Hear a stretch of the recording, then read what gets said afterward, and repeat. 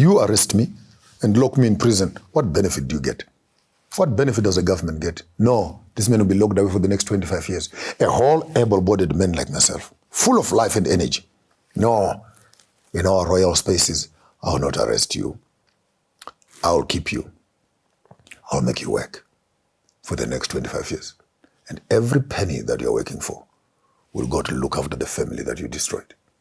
Every penny, you're going to work for the next 25 years and educate the children whose father you have removed from existence. You assume full responsibility over the life that you have exterminated. Now that's African justice system. But right now, no. Prisons are full. And who is paying? The taxpayers again. The very people who have been disadvantaged are now looking after, and actually some of those prisoners are having 3 meals a day, plus coffee and tea between intervals. And the families that they've destroyed are scratching and struggling for bread and butter issues. And our own tax money is looking after criminals who are sitting in prisons in a four-walled room doing nothing, wasted resources.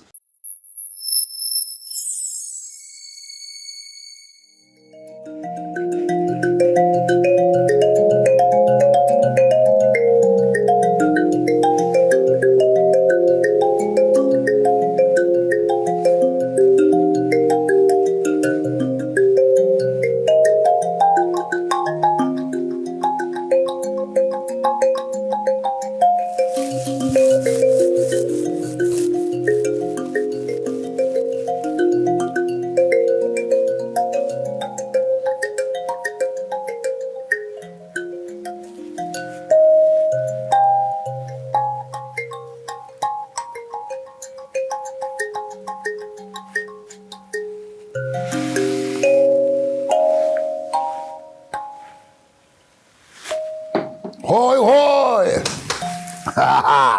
Yeah, there's a mbira. It's an ancient music instrument from the great Zimbabwe. It's not just a mere instrument. They call it mbira zabadzimu. Some of them come in 22, some 36, some 48, almost structured to a kora in the north, but it's from the south, which is intervals of fifths and sixths and sevenths to create a cycle of music around it. So the word mbira, you read it backwards. The A is the Aleph, the beginning, where it all started. Then the Ra is the sun, which has come from A. Era, time. We celebrate Ra, who has come from A. Bira is the occasion where people gather together to celebrate. And once people gather together, the environment is time. Time is sacred. Sacred recognizes the sun. The sun has come from A. Ra, who has come from A. Now I am Gwenyambira, the one who scratches, the one who taps the mbira during bira. Once you hear it, the environment is Ra. We are celebrating Ra, who has come from A. So within the instrument, you actually have the whole concept of spirituality wrapped up in itself. The African owning his time, the African recognizing his creator, the African understanding his sacredness, and the African knowing when to meet in terms of seasons to celebrate that which he is. And then the instrument becomes a vehicle, a journey, a bridging, a cable between two time spaces, times past and times that are in the future. I therefore become a medium through which the communication of the spirit is sent through instrument to sound, to vibration, to cause thinking, perception, resurrection of memory. And within that, then you also have to speak of the science itself of the instrument, the manufacturing of the minerals that make the instrument, the digging of iron ore, the smelting of it, the beating of it, then the scientific formulas of knowing how much to beat in each one of them, calibration to produce the instrument itself, the wood that is used, the type of wood that you are selecting to use it with a specific tree, we call them vamaropa, which is used for making the instrument itself. Then the binding them together, the tension that is put.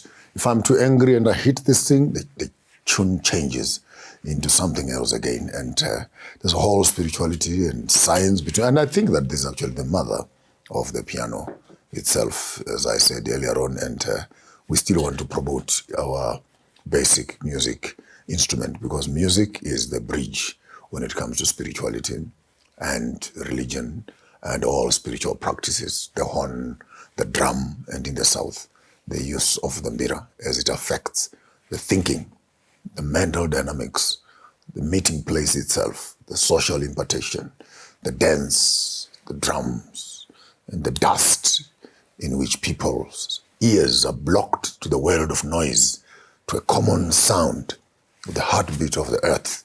And the combination of those 2, 3, 4 elements begins to have what we might want to call African spirituality, as contrasted to religion, which simply becomes a gathering once a week, on a Wednesday, on a Thursday, on a Friday, on a prayer meeting. This therefore becomes a home-based space where the family would come together, play together, sing together, the symbiosis that family develops, the talents. And you don't play this alone, it's a mbira this side, the shakers on the other side, you also have the horns on the other side, and everyone in the family. Others are just clapping hands as the music is being played. So there's no audience in African spirituality. Everybody is participating. There's no sitting at the back and critiquing the program. Oh, I didn't like the music. Did you see the choir master was not well dressed? This one, but in African spirituality, it is the whole family in a space of interaction. And I think fundamentally, this is where religious expression finds its true definition of existence, where you involve every person. Someone comes with a broken heart, someone comes with a financial problem, someone comes with a disaster, and at a place of spiritual conversation, we all bring our burdens, we all bring our sorrows, we all bring our joys together, and we fuse all these things into a pot of participation, where all of us are receiving healing, as it were. And depending on the quality of vibration between hearts at that moment, some people can actually leap over between the natural and the supernatural, and then messages and signals and what you might call demon possession, which is ancestral conversations, can begin to happen. And then you can begin to hear your grandfathers manifesting as voices of instructions, children that will be born, wars that are pending, diseases that are in the air, dangers that are lurking in the family household, and etc. And therefore this becomes a plugging in, as it were. We all bring our USB cables and we supernaturally place them in this spiritual pot, and we all download data and information, and it unites us to become a common space where spirituality happens.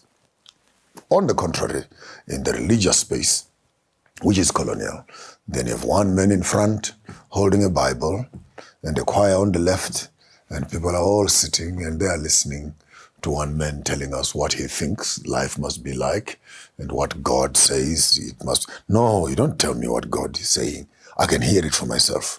Play the drum. I will hear the God in me responding to the God outside.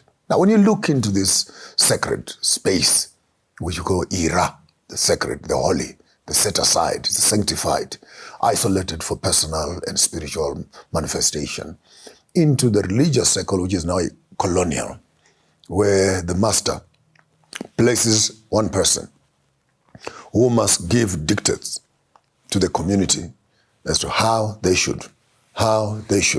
You begin to talk of what we call institutionalization of religion, where I, the bishop, I, the pastor, become the ruler of which your spirituality must be expressed. This is how that God wants you to behave. This is how he wants you to dress. This is how he wants you to play your music. Oh, you can't do that. God does not like it. And some of our modern pastors are even cheeky. God said this to me last night. God said this to me last night.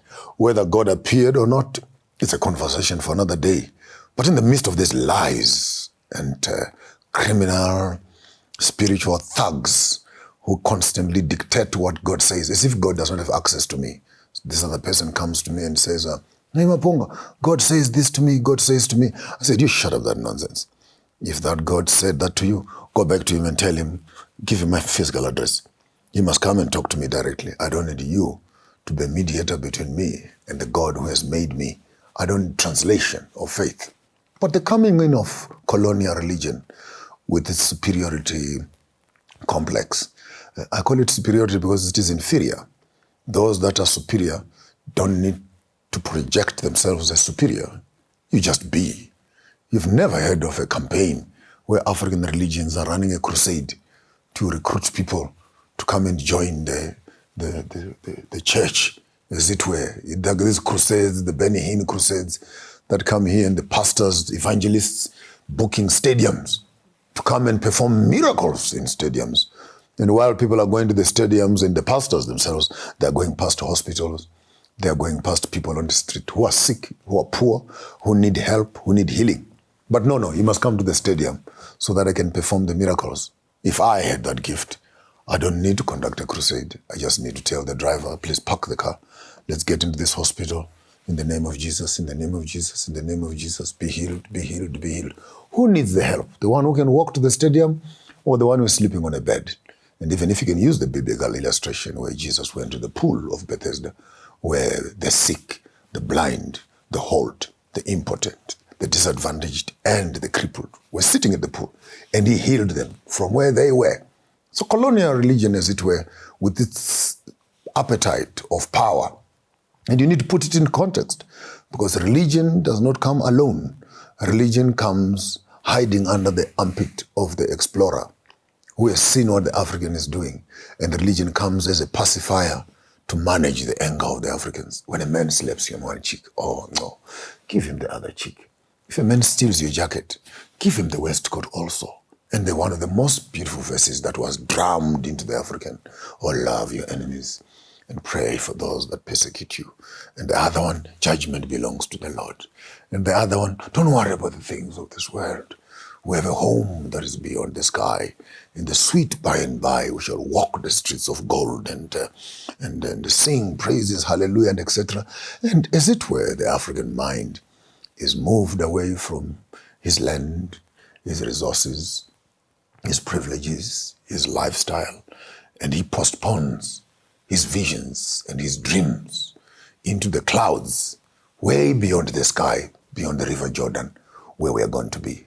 And within the same context, if you can be a critical thinker, you'll be able to notice that Christianity is actually a forerunner of Zionism. I will explain. Because once you accept that the God of the Bible is the only God, the God of Israel is the only God, all of a sudden you have become an Israelite. Because then the theology says, if you become a Christian, you become the spiritual Israel. Now, how do you fight the physical Israel when you are the spiritual Israel? Then you find all these religious movements who promote the Israel state. And Israel must continuously be allowed to become what they must be because they are God's chosen people. Now, if the Israelites are the chosen people of God, then who made the rest of us? And if this God really loves the Israelites to that extent, then why does he give them the land that belongs to the Palestinians? Why not just create another land for your favorite children and keep them away from everybody else? Why would you allow your favorite children to bully everybody else around the world and kill and butcher and slaughter children and women in the name of where they're chosen? So this concept again of religion creates the superior race above everybody else. And this superior race is ungovernable. And in the last few years, we've seen the mischief of Israel putting its hands into the constitutions of America, swindling millions and billions of dollars through the American government to support the Jews in Israel. Why? Because the Jews that are in America are running the banks, running the insurances, and they're the main lobbyists in terms of business and etc. They actually are responsible for setting up the governments in America. And at the end of the day, when the president is in power, he has nothing to do but to follow the religious dictates of the financial muscle. So look at that. When religion and money find each other and they put their hands on politics with God as the inspiration of their behavior, they become ungovernable because whatever they are doing is deemed as supreme. So Netanyahu, when he looks at the whole world, he does not see human beings. He sees himself as the supreme, the most favorite of God's children on the face of the earth, and he's leading that army. That is the favorite of God. So the Bible in each home is a confirmation that Netanyahu is right. Unfortunately, when you are the chosen and you're the remnant, You can't be wrong. You're always right. And the God of Israel will always fight for you. Now, this ideology of religion finds its way into the judiciary systems very gently, even in your court systems. Here you are being sworn in as a president. And before you notice it, from nowhere, chiki, the Bible is on your face. Can you put your hand here and lift up your hand and swear by the Bible? Why? Because it is now deemed as the center and the source of all truth. But unfortunately, we all know, immediately after they finish swearing on that very book, they go and they steal and they lie and they cheat and they kill. While one hand is on the Bible, the other hand is on the gun. The other hand is in the bank. The other hand is looting. I wonder what kind of God creates a nation like that, which then uses the very scriptures, thou shalt not steal, but you go to government to steal from people, loot from them, and butcher them. Look at the American dollar. In God we trust. Beautiful. In God we trust. But what are you using the same dollar around the world? You use it to oppress people. You use it to buy weapons. You use it to manipulate currencies and destroy the whole world. Is this the God you're telling us that we must all believe? But the real question that we're asking ourselves, how did these European religions find themselves into the African way of life and consider themselves as the final dictates of morality, of ethics, and of behavior? 2 or 3 levels of thinking can get on that. Number 1, it is the economics of the Bible, the economics of religion, where the church became the center of education, very strategically. When the religions came into Africa, particularly the Missionary Society, the London Missionary Society, as of 1903, coming this way, after the falling of the stars in Europe, the earthquakes in Europe, and the sun turning black during those days, people who were reading the scriptures, they heard that in the last days, the sun will go black, the stars will fall, there will be earthquakes and what. And when they saw these things happening in their heads, they actually believed that Jesus was coming again. And before he comes again, let's go and Christianize the whole world so that we can expedite the second coming of Christ. So the disasters of Europe actually gave birth to the London Missionary Society. Boom, they came to Africa. What did they do? They put their shrines and temples and churches on all our sacred sites where we were worshiping. They only walk around Southern Africa. Most of the shrines and temples and monasteries are actually sitting on sacred mountains, sacred spaces. So they went and placed them, in some certain cases, like C.C. John Rhodes, even went to an extent of being buried on our most sacred site in Zimbabwe, where we used to do our sacred worship and etc. He put his graveyard right there, as if when you come here, you must see me first and worship me. And then they came up with the concept of institutionalization. These are schools which were built. And the strategic move of building school was critical. Because while the men were taken over to the industries and to the mines to work, the church was smart. It went back to the village where the men were no longer there. And the only man in the community was the father. How amazing. These are the Catholic fathers, the church fathers. So the only father in the community was the churchman, who became the father to our wives, to our mothers. It's not embarrassing to mention that in some of those communities, then colored children started to appear. And then you wonder whose children are they, because there was only one white man in the community and he's the father. And then you find all these colored children appearing. So the father was not just fathering in church. He started also fathering in our own homes and sleeping with our wives in the absence of the husbands. Some of those children were killed, of course, but the circus continues. That then the institutions, the academic institutions, then withdrew the children from the mothers in the absence of the fathers. And in these private schools, they started teaching the children education from its elementary levels, primary school, high school, boarding schools, college. And at college, the sharpest of minds would get scholarships into America, Kwame Nkrumah, Mugabe. So you look at all these African leaders during liberation, who all were educated. Show me one of them who did not go through a missionary school, a convent, who did not go through an academic institution. That had the church molding their minds. This was a future projection, that if this liberation movement is going to come, and liberate these Africans. We need the educated African whom we have prepared mentally and otherwise. His ethics will be according to his education. His morality will be according to our education. And in some cases, if not all the cases, even his religion will protect us because he is a child that has come from us. So they learned how to read rosaries, Hail Mary, the Mother of Christ. Blah, blah. They started kissing the 2 bags of cement and 1 bucket of paint. They call it the image of Mary. They started doing monasteries. Shame to say, in some of these monasteries, boy molestation was rife, etc. So some of them already grew up traumatized, sodomized, injured, as it were. By later on, you come to the 21st century when you find these ministers and government officials, the educated community becoming homosexual and etc. You may want to ask the question, where did they get that orientation? If it was not from these religious institutions. And the other day I was reading a whole nun monastery which had more than 700 fetus babies that were found in a sewage tank in just one monastery. So you can understand the amount of immorality that is happening behind those closed walls.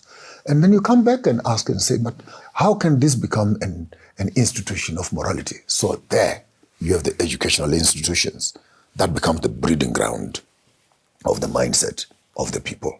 Then you hear leaders such as Frederick Chiluba picking up the microphone in Zambia. Boom, boom, boom, boom. One Zambia, one nation. And he makes a declaration. Zambia is a Christian nation. All along you're talking democracy, that people are free to choose for themselves to become what they want. But why is it that today, this morning, you wake up and declare all of us as Christian nations? Did we vote for that? Did we agree for that? No, because you're a leader. You're coming from a religious perspective. And this is what you're taught. So you put this black marker in front of you.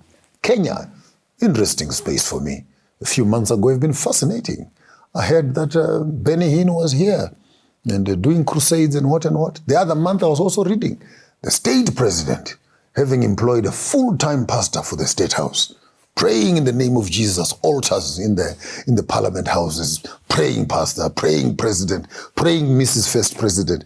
And the other day I was reading a few days ago that he's planning to build the biggest church, the state church.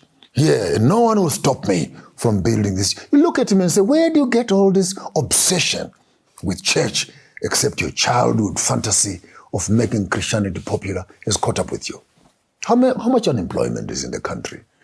What would Ruto lose to take that money, which he wants to build a church and build a factory, build an industry, employ thousands of young people that are walking the size and breadth of this young people who are driving matatus here and Uber and the borders who need employment instead of investing in what the community wants. No, his obsession is his Jesus, faith and religion.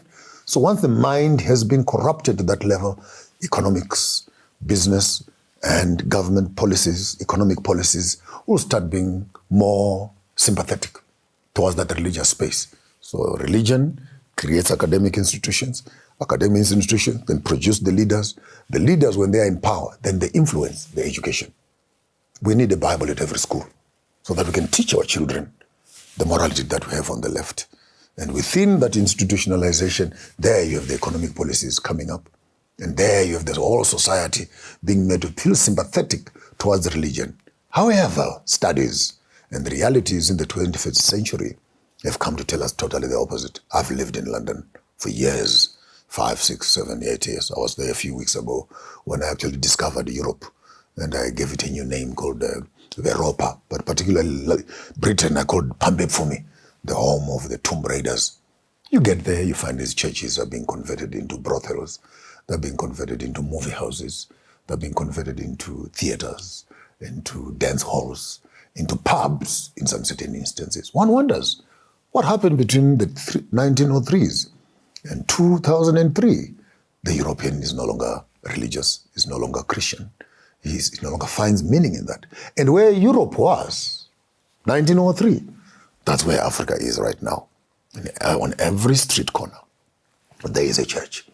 We're producing more than 3,000, 5,000, 6,000 pastors every year.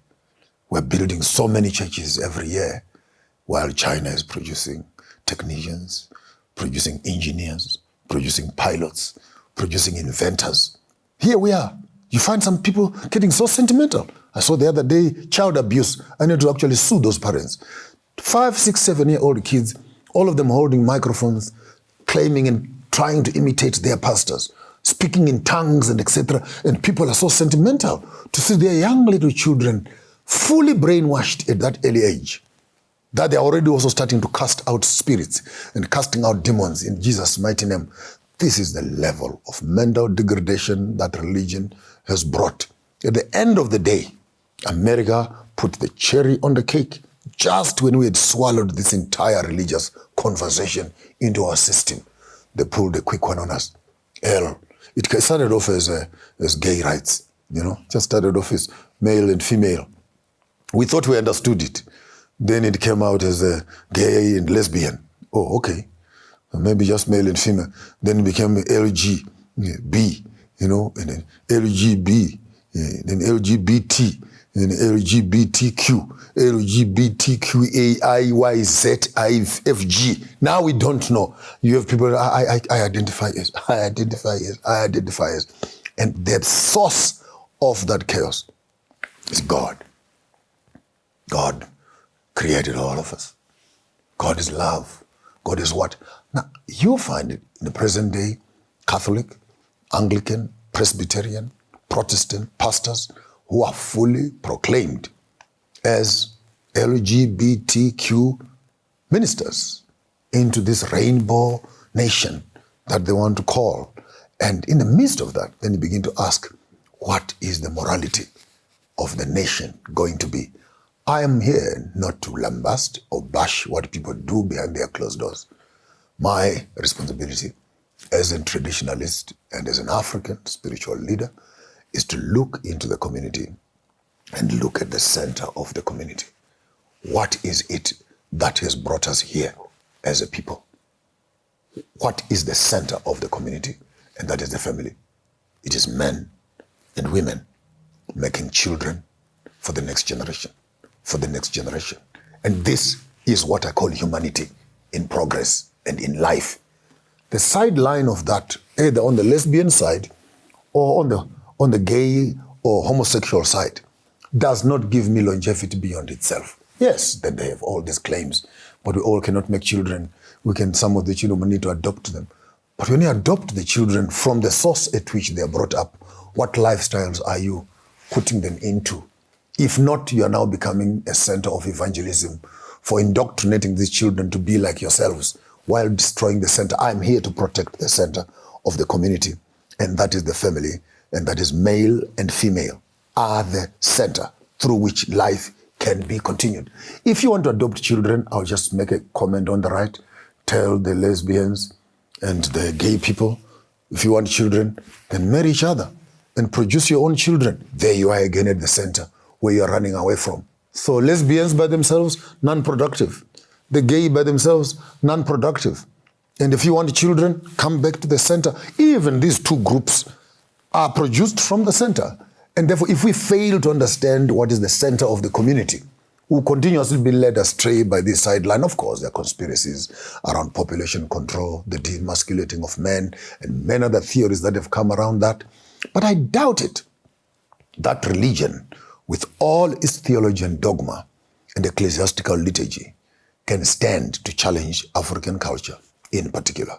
Because within African culture, there's a clear demarcation of what morality is, what is right and what is wrong. And these principles are taught through our rites of passage. At such and such an age, this is what you do. This is what you don't do. You don't just take someone's daughter and do this. You don't take someone's cow and do that.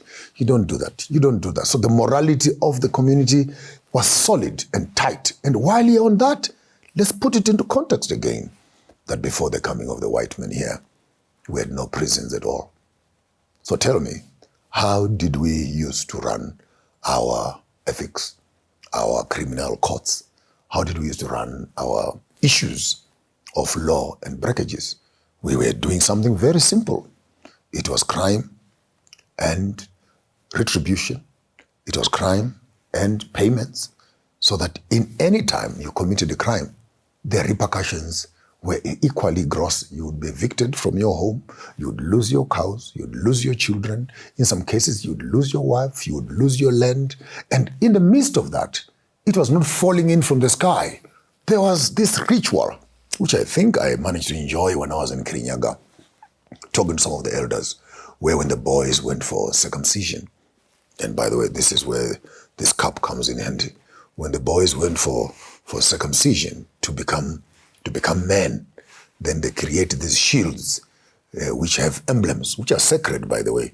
Many of you young people may not even know and understand those shields which tourists are buying. Each one of them is different because it represents a generation of men who went through the process of circumcision. But while they're at circumcision, they're actually being taught certain values. And these people that have been cut together share a common code together, share a common understanding. And I know in the depth of Kenyan culture, when your husband gives you trouble and the family cannot help, the brothers and sisters cannot help, you can call that man who went with him to the initiation school. And those boys will come because they hold each other accountable to the knowledge that they received during their rites of passage.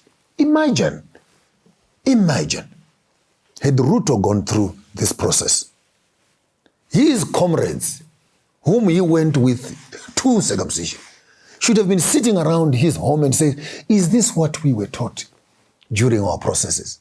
Imagine if our religious leaders and political leaders had gone through this system. In other words, the African culture had a support base, both for political correction, social correction, and business correction, where this clique of undefined group of people actually had an authority and information balancing in case one of you became a deviant. So for me, this becomes very important. When you're talking about moral and ethics, I don't want to make it homogeneous, that the morality and ethics of Kenya could be the same as the morality of the Zulus and the Ngunis. Because you walk in some certain cultures, if you find a spear in the front of a door of your own house, you can't enter that house because it means that another man is here, even it is with your wife.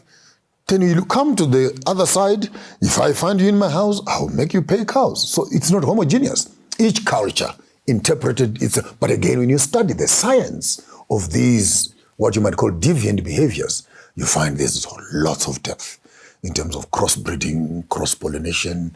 The gene pool is expanded. I mean, I grew up particularly.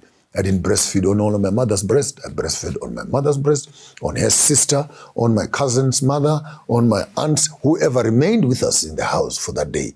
That became our breastfeeding station for the day. And you may look back as young people and go, yuck, you mean you drank from her and from her, from here? But then go and do your research. And you find that immune is boosted when children are breastfeeding from various breasts. The whole lot of science that goes around that. On another day, I might giggle and ask, human beings are the only ones who are very popular at drinking other animals' milk. Why can't we just drink human milk, all of us, and put it in our teas and etc.? But then that's a conversation for another day. But then the ethics and morality of the African culture was incumbent in each one of us. Listen to me as I conclude. Number one, the root of the African ethics and morality was not founded outside. It was founded on the inside. Law number one, law of self-preservation. How do you preserve yourself as a human being? This is on the greetings. Sanbonani, Dumelang, and in Kenya, Karibu, and Asante, whatever, Jambo. In these greetings that are plural, all-inclusive. I see you, I like the Zulu one, Sawubona. Not just I see you. It translated, I see you, but it is coming in the plural. So when they greet up to you, they say, I see them in you. Therefore, a human being is not singular, but a human being is plural, in that those that come with you. The gene pool, which has come together on your maternal and paternal side, to make the composite of which I am looking at. When I am greeting you, therefore, I'm not greeting you, I'm greeting them who are with you. Now, how do you preserve yourself? Your allegiance was no longer to the I, who is the singular, but your allegiance is to the I, which is plural, as to all those that are coming with me. Therefore, I respect myself not as an individual. I respect myself because I carry my grandmothers on my father's side. I carry my grandmothers on my mother's side. I carry my grandfathers on my mother's side. I carry my grandfathers on my father's side. And this makes the famous junction, the cross, at which I am at the center. The portal of life from the history whence I come sits here with me. When you address me, when you want to make children with me, you don't just come and say, I love you. Then you must love them. You must love those to which I come from and understand the history which is written in me, so that when I give you the epitaph or I give you the calendar of my womb to write your own history, to which I become, I'm talking as a woman now, to which you must now reproduce yourself. You need only not to respect the flesh which you see, but respect the spirit at which it represents. Self-preservation, therefore, for you to access that, the conversation was always communal. It is those that are around you who will discuss. We have a brother outside who wants to marry you. Do you know them? Yes. Now get outside. And the adults remain talking. Imagine discussing your home in your absence. No, they're not wasting time. They are talking real issues. They are talking, do you know those people? Where do they come from? Are they fighters? Are they warriors? Are they witches? Are they thieves? Are they thugs? Who knows them amongst us here? What history do we have with them? And why are they chasing you outside? Because this data, which they are sharing, if you should hear it, you would run through the door. You would not want to know. You would know too much about your husband, too much about your wife before you even marry them, and that information might destroy you. So we exclude you from your own conversation, and the family group sits together. That's level 2 now, family preservation. So the first, preserve yourself, purity of self. Dignity, discipline of self became more important. The best gift you could give the community, it is the clean you. And the clean you enters the clean family. Then that discusses how do we allow people from outside to multiply with ourselves, as opposed to prostitution, as opposed to these modern weddings and marriages. You meet each other in discos and in parties. Lights are on and lights are off. You can hardly see in the dark. All you can see is some ginger hair in the background or some neon lights. And say, no, that one. In the morning, you are in the courts getting married. The following morning, you are in courts getting divorced. There's no purity. There's no cleanliness. There's no knowledge of who I am, who are they, what are we doing together. This becomes a cooking pot of chaos. Family preservation became next. You don't just make children by yourself. Why? Because you don't live by yourself. Why? Because the day you die, you're going to leave these children. With who? With us. So where do we come in? We need to be involved. When you make the home, so that what? In the event you have a problem, then what? You come back to us. Why? Then we can talk. And in the event that you die, then what? These children will return with us. So it's important for those that are in town. Once in a while, take your children back to your grandmothers, back to your aunties, back to your uncles. When you do your birthdays, call extended family. Introduce your children to other family members. Remember, you're not going to be here forever. And the day you drop dead in that tomb, where are these children going to be? This brings me to a very critical point, and I hope I'm not offending anybody. And I'm very glad that America withdrew the US aid, corrupt money, which was walking the streets, mopping children, taking them away from their mothers and fathers and uncles, and calling them orphans. It's a whole new phenomenon. We don't have orphans in Africa. Not at all. If your mother and father die, your father's brother is your father. Your mother's sister is your sister.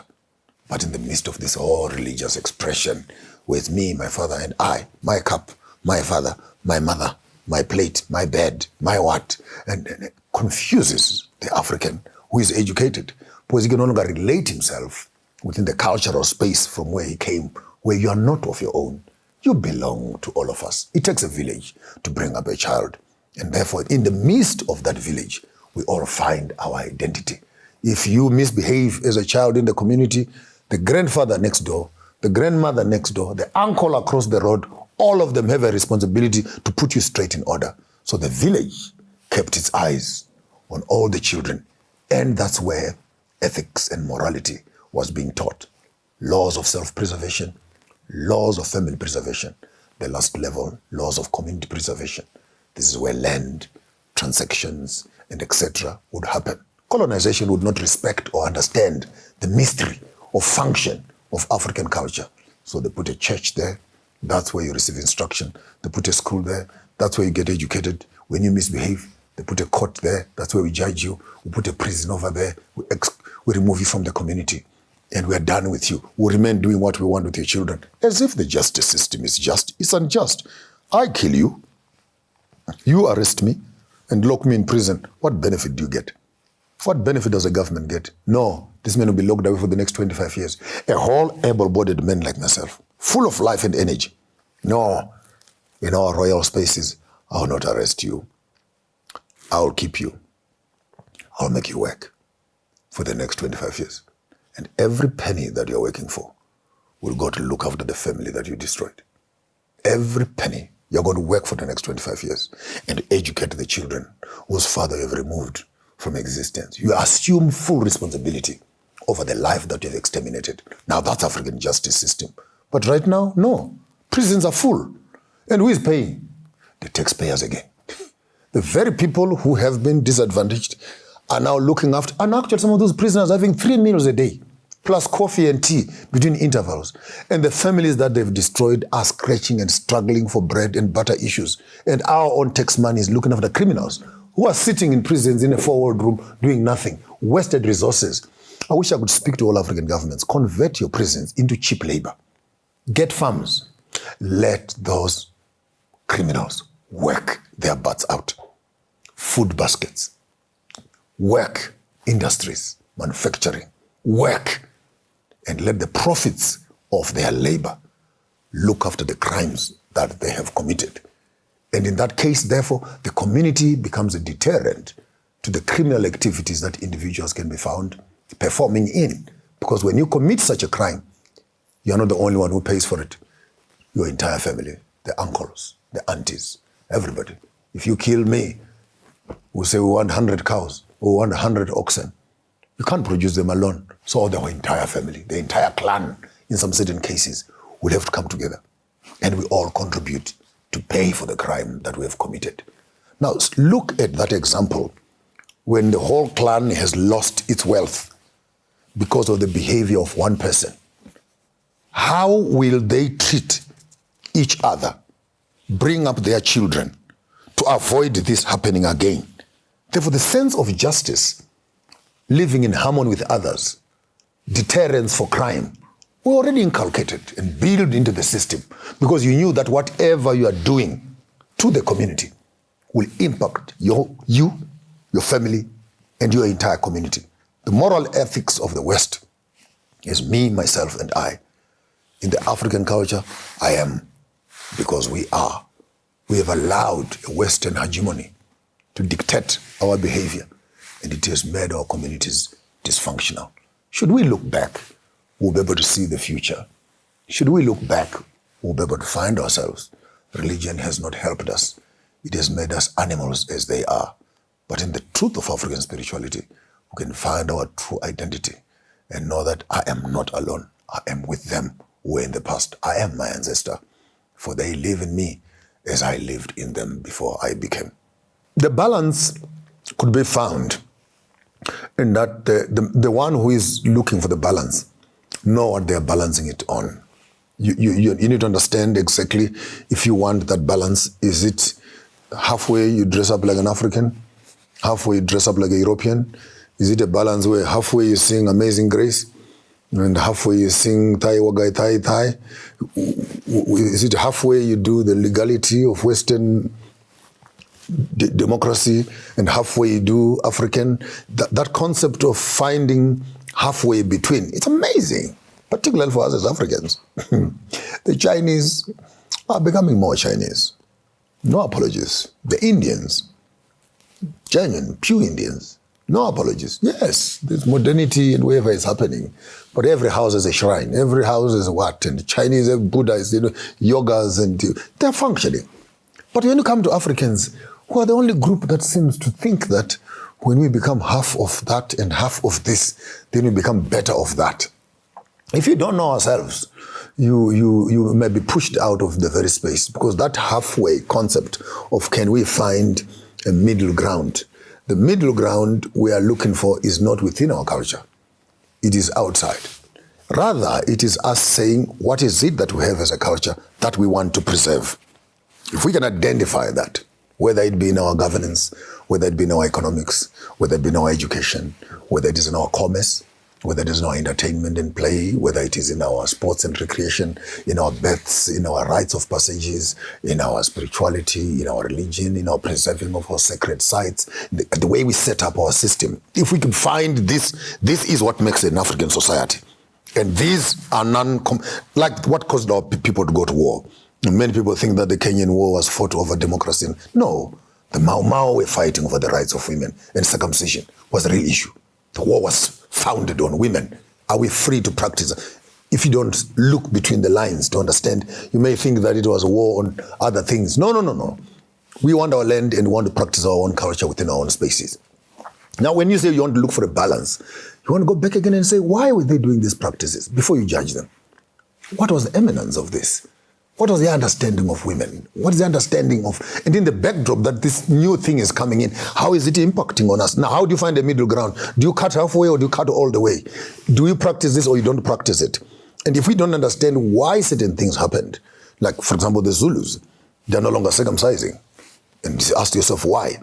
Because Shaka, during the raids of the South, he wanted more soldiers. And he heard that some of the soldiers cannot go to war because their wounds are still wet. They can't go to war. Chaka says, to hell with that circumcision. I want soldiers now, close all those schools, bring them for training. Now, a few years later, young people in the Zulu community say, no, we don't circumcise. And you forget that the basis of you not circumcising was actually as a result of a political intervention that Shaka put in place so that he could recruit more soldiers. Now that the war is over, can we go back to our culture or we proceed as such? So when you don't understand culture sometimes, it is nice to stop. So even in the most of gruesome practices, we may need to not just come up with legislative frameworks that we don't understand. Go back and find out why were these practices done. And if the reason for their practice can be identified, then we intervene in the problem and the program at the source of its inception. But to just come up with a solution and say, no more this and no more this, without solving other issues. What if I tell you that through Wambui, through Embo, and through Wanjiru, the oracles of the Kirinyaga, the Kenyan community understood the sacredness of rebirth and birth of the next generation. But the influences of Western culture created a loose community where girls started misbehaving and becoming illicit in terms of their sexual activities. And the community decided, no, these kids are bringing forth illegitimate children because their reproductive system is running ahead of their heads. Let's remove the source of the problem. So if we want to correct it, the question is, stopping circumcision does not stop immorality. How about if we go back and say, how do we fix the immorality which could have caused the circumcision, so that lobbying for the drop-off without understanding the reason for cause, you complicate the whole problem altogether.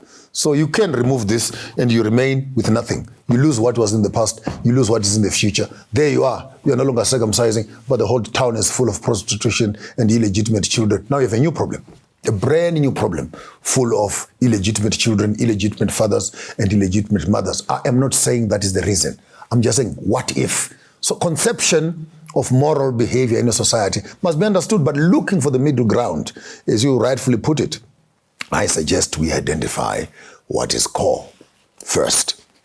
We preserve that for ourselves. Then we can co-opt whatever it is that we are putting, because culture by nature, it is also dynamic.